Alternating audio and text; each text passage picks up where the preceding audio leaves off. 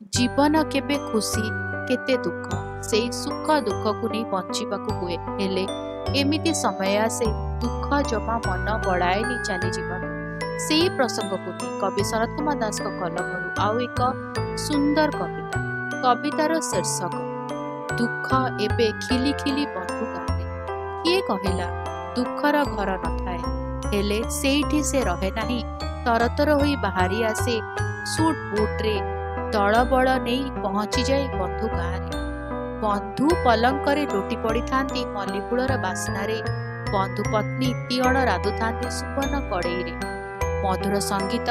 भासी आसुए TV परदारू टिके भी आभास न थाए झड़ पतासर नील आकाश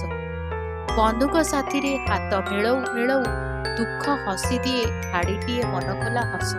सांगरे आनीथिबा उपहार बढ़ई दिए बंधु पत्नी हाथ को गोटे अद्भुत रोमांच खेली जाए दुखर छाती अगणारे अतिथि देव भव निबिड़ आंतरिकतारे बंधु सजई दियंती बिछଣା अतर चिंची दुख सोई जाए परम तृप्ति निघाड़ निदरे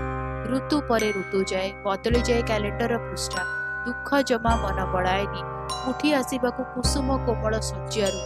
चूड़े रंग बोली मुहरे पाउडर मारी ढेर झटकु थाए जेमिति वर्षा पर आकाश एणे बंधुंकर तारा खचित आकाशरू खसुथांती गोटे परे गोटा तारा पत्नी आखिरू लिभु थाए ज्योति दुख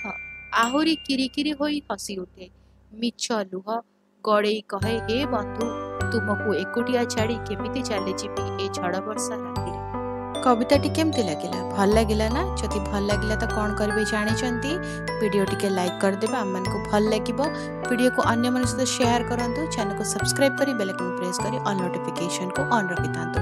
उपस्थापन जदि किसी दोष त्रुटि रहीगला क्षमा करवा अनामिका को आसब आउ एक कविता सहित आसंता अध्याय आज्ञा दिंतु।